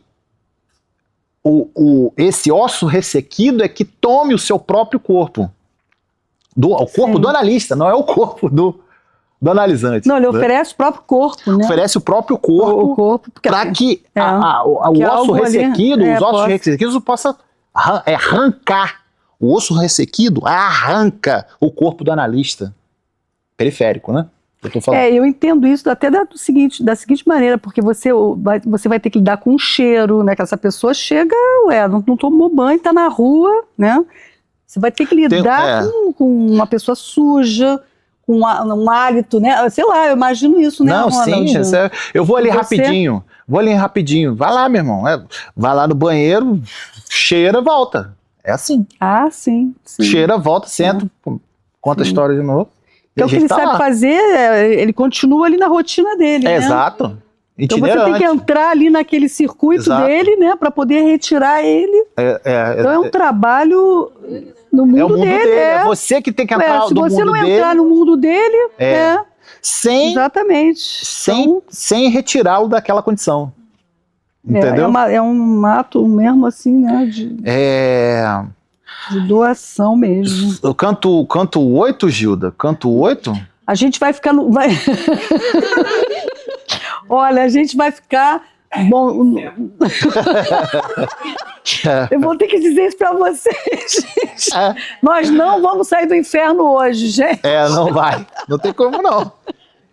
Olha, eu posso aqui adiantar alguma coisa do canto 10. A gente pode ir para o canto 10. Assim. Então a gente já pegou já porque... No 8 e no 9, que vai ser... o canto. Não, o canto ou o círculo? A gente pode pegar alguma coisa no canto 10. Isso, a gente pode pegar a gente estava no canto 7, né? E a gente pode ir pro canto 10. O 10. O nono é aquele do choro, né? Não, mas aí, se você quiser, a gente vai. Eu vou pegar mais 2 semanas aí no canto. Eu acho que a gente não vai sair tão cedo do inferno. Tem aqui, a gente pode pegar e ir canto por canto, mas vai... Não, vamos, né? Mas assim, eu acho que tá legal, eu tô gostando, gente. O que vocês estão achando? Tô achando bem dinâmico e a gente tá conseguindo fazer hoje mais essa interlocução com a psicanálise. Isso. Você não achou? Isso, mas essa é a ideia. E a ideia é essa, sabe? O que mais me agrada é isso. Agora, então, vamos finalizar com 10? Vamos lá, tá. Vamos lá. Vai lá. No canto 10, acontece várias coisas, enfim. Após atravessar os portões de Dite, a gente até chegou a falar isso alguma coisa. Falamos na última vez. Que foi onde que até, inclusive, a gente chegou a parar aqui. Muito rapidinho, desculpa. Edite é o local. Dite. D-I-T-E. É isso, né? D-I-T-E. D-I-T-E. Isso, Foi Dite. comentado no último encontro. Foi. A gente retoma aqui. O que acontece? O Dite Dite é uma cidade, né? E eles atravessam o portão de Dite. Eles, antes de entrar, ficou ali os demônios ali impedindo a passagem. O Vigílio dá uma saída, Dante tenta entrar ali, não consegue. Aí o Vigílio chega, fala da autoridade, aí tem mais resistência. O tempo todo, quando você vai descendo aos círculos infernais, quanto mais você descer, mais episódios de resistência para você entrar tem. Entende? Já me recoloquei, uma cidade. Isso. Tá. Senão a gente vai... Porque é bom, porque vai puxando coisa. Agora você não vai esquecer, né? Dite cidade. Não, porque é muita coisa, né? É porque vocês vão falando, aí eu vou lembrando. Aí, entendeu? Eu falo, tá, então... Enfim. Dante e Vigílio adentram uma vasta planície coberta de sepulcros flamejantes. As sepulturas estão pegando fogo, né? Lá jazem os hereges, aquele que, segundo a teologia cristã medieval, negaram a imortalidade da alma, lembra? Os epicuristas, né? Condenados a arder eternamente dentro de túmulos incandescentes. Os túmulos estão pegando fogo, a forma como Dante escreve até tem ali, arde, né? Ele fala da ardência ali. E de um desses túmulos ergue-se o Farinata degli Uberti, que é o nobre florentino, que ele botou lá no inferno. Que é um gibelino. Lembrando que Dante é um guelfo, né? Defensor do império e opositor dos guelfos, né? O gibelino, ele estava... os gibelinos, eu até falei isso quando a gente começou na semana passada, os gibelinos, eles defendiam que o imperador podia ser rei, alto coração, não precisava pedir papa coisa nenhuma, o problema do papa, eu vou botar minha coroa na minha cabeça e a gente vai negociar isso aí, a gente vai fazer esse conflito. E Farinata fala como se ainda estivesse no parlamento, sustentando um discurso político mesmo entre as chamas. Né? Tá ardendo ali. Porque largar, né, o poder e a política não larga, né? É um dado... Isso. O Dante até... o Dante, se não me falha a memória, ele morre em 1252, 53. O Farinata vive até 1264. Depois ainda. Ou seja, o Dante desejava que o Farinata estivesse no inferno. Já tinha colocado. Já tinha colocado lá. Então, isso é interessante. Durante a conversa, outra figura ergue-se de súbito, Cavalcante, que é o pai de Guido, Guido Cavalcanti, um amigo de Dante, né? Dante também tem vários amigos aqui que os parentes desses amigos acabam indo para o inferno. Ao ouvir Dante, refere-se a Guido no passado, acredita-se que o filho está morto e mergulha de volta no túmulo em desespero. Então, quando ele encontra o pai de Guido, né, o pai do amigo dele, o pai do amigo dele escuta a voz de Dante e o Dante fala assim: ei, pai do amigo meu, esse aqui, ó, esse cara aqui é o pai do amigo meu, rapaz, é o do poeta Cavalcanti. Aí o cara, tipo, meio que me descobriu aqui, entra pra dentro do túmulo, né, em chama ardente, né, desesperado. Farinata, que é esse político, né, então, profetiza o exílio de Dante, que ocorreu em 1302, e esclarece que os mortos no inferno podem conhecer o futuro. Não sei se você lembra disso também, da última vez que a gente tratou disso, né, que os mortos são oráculos, né? Todo morto é um oráculo. As erígias, por exemplo, que são as fiadeiras, né? Lá em Shakespeare, né, também. Sim. Shakespeare, o Hamlet, né, ele traz porque eu fiz um trabalho sobre isso. Tá voltando da guerra, e aí parece uma bruxa do nada. Lá em Shakespeare tem isso, né? Macbeth. Macbeth, exatamente. E uma vez que esclarece que os mortos no inferno podem conhecer o futuro, mas não o presente. Isso é interessante também, porque os mortos, eles não se presentificam, né? O morto, esse significante da perda, né? A perda não se presentifica. Entende? Então, a perda não se presentificando, ela só aponta para o futuro. A sua condenação, né? No caso. Uma vez que um evento acontece, torna-se invisível para eles. O canto, uma vez que um evento acontece, eles não estão vendo, ele está só narrando. O canto termina nesse ponto, deixando ressoar as dores políticas e afetivas daqueles que, mesmo mortos, continuam lutando por reconhecimento. Ah, tá, que loucura isso, já pensou mesmo? Você tá morta ainda continua. Que é a periferia. Buscando, né, ser visto. Ser visto. Você sabe que eu tô me lembrando... Mas não dá, né? Não consegue. Não...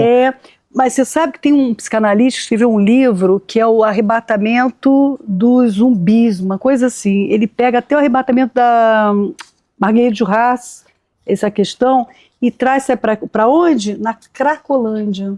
Ele vai dizer que as pessoas se juntam ali, né? Não é à toa que São Paulo tem isso, para serem vistos. Que é uma tentativa de ser, sabe, como você não tem lugar, eles vão ali para a rua e cria aquele, olha o Dite, na Cracolândia, sabe, aí ele faz toda uma análise, sabe, para serem arrebatados, para poder ser olhado, né? Tem eu acho que eu já falei, não sei se eu já... Morador de rua também, exatamente, eles